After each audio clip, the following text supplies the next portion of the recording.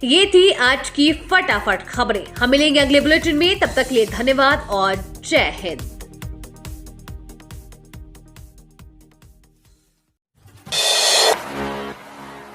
यात्रा में गंभीर बीमार घायल को मिलेगी ALS एम्बुलेंस की सुविधा, पहली बार किया जाएगा उपयोग।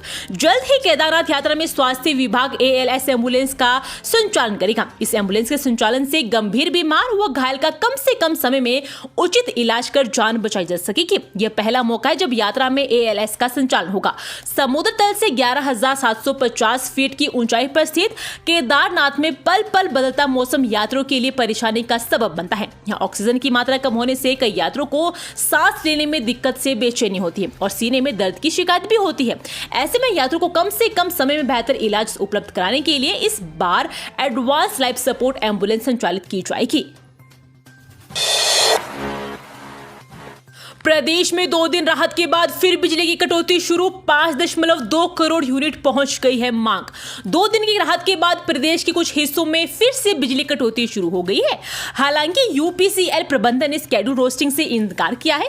प्रदेश में मौसम का मिजाज बदलने के बाद 2 दिन तक बिजली की मांग कम होने की वजह से कटौती ना के बराबर हुई, लेकिन सोमवार को फिर मौसम खुलने से मांग बढ़नी शुरू हो गई है।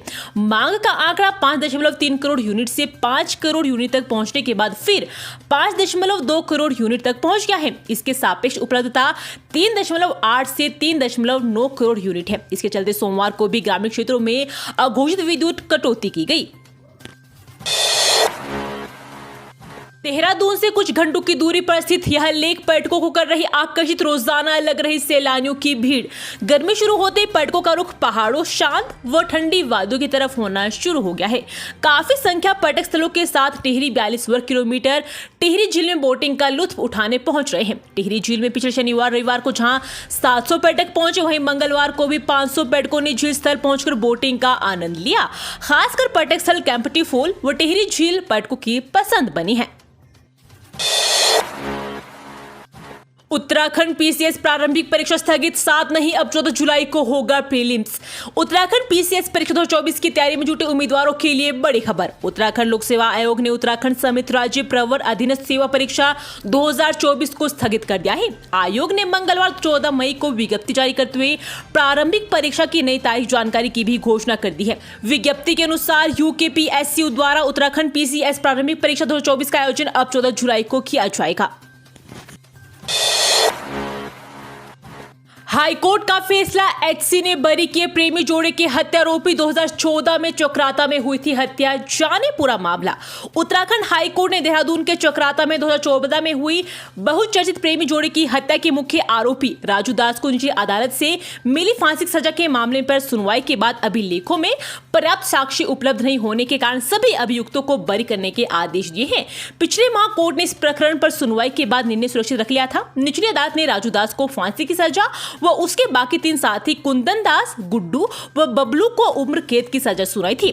न्यायमूर्ति रविंद्र मेठाणी एवं न्यायमूर्ति आलोक कुमार वर्मा की खंडपीठ के समक्ष मामले की सुनवाई हुई। मामले के अनुसार निचली अदालत ने राजू दास को फांसी की सजा व उसके बाकी 3 साथी कुंदन दास, गुड्डू व बबलू को उम्र कैद की सजा सुनाई थी। इस आदेश को सभी अभियुक्तों ने हाई कोर्ट में चुनौती दी थी। दिन दिहाड़े घर में घुसकर बुजुर्ग महिला की हत्या, सिर पर भारी वस्तु से किए गए वार। हरिद्वार के ज्वालापुर में दिन दिहाड़े घर में घुसकर एक बुजुर्ग महिला की हत्या की खबर से सनसनी फैल गई। हत्या की घटना को अंजाम उस वक्त दिया गया जब परिवार के सभी लोग गंगा स्नान करने के लिए गए हुए थे। पुलिस अधिकारियों ने मौके पर पहुंचकर घटना की जानकारी जुटाई। पुलिस के अनुसार बुजुर्ग महिला के सिर पर भारी वस्तु से वार कर हत्या कर दी गई। पुलिस आसपास लगे CCTV कैमरे खंगालते हुए आरोपी की तलाश में जुट गई है। तीर्थयात्रियों की मदद के लिए हेल्पलाइन नंबर जारी। यमुनोत्री गंगोत्री में दूर होगी समस्या। यमुनोत्री गंगोत्री धाम आने वाले तीर्थयात्रियों की मदद को प्रशासन ने हेल्पलाइन नंबर जारी कर दिए हैं।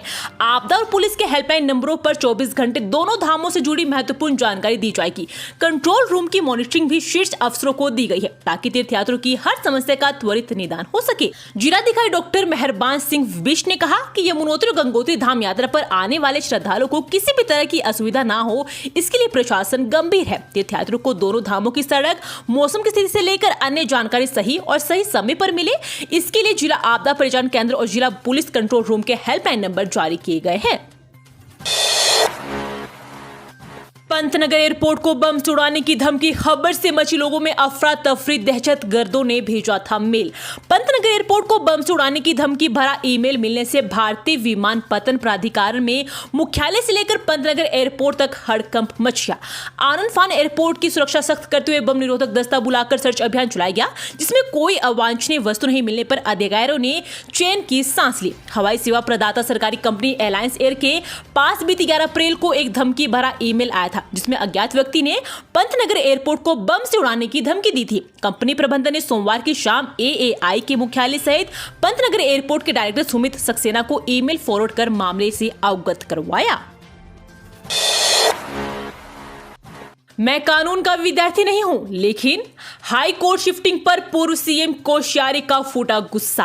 कुमाऊं में हाई कोर्ट की एकमात्र बड़ा संस्थान बचा हुआ है, उसे भी यहां से ले जाने की कोशिश की जा रही है, जबकि राज्य गठन के समय स्पष्ट था कि गढ़वाल में राजधानी रहेगी तो कुमाऊं में हाई कोर्ट। अब इस मामले को लेकर कुमाऊं में विरोध होने लगा है। वहीं अब पूर्व राज्यपाल व पूर्व मुख्यमंत्री भगत सिंह कोश्यारी ने उत्तराखंड हाईकोर्ट को लेकर मुख्यमंत्री पुष्कर धामी को पत्र लिखा है, जिसमें भगत सिंह कोश्यारी ने बिंदुवार अपनी राय रख सीएम धामी को अवगत कराया है। नरेंद्र मोदी तीसरी बार बनेंगे पीएम, इस दुआ के साथ मुस्लिमों ने पीरान कलेर दरगाह में चढ़ाई चादर।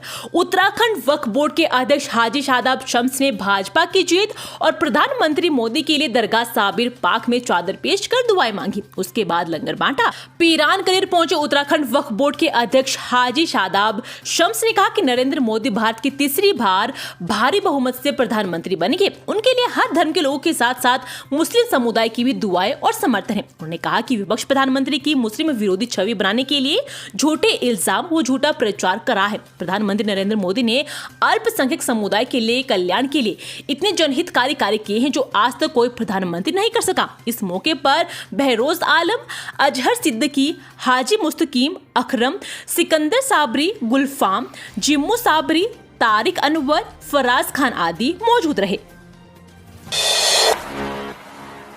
गंगोत्री और यमुनोत्री हाईवे पर लगा जाम, यात्रियों के वाहनों को ऋषिकेश में ही रोका।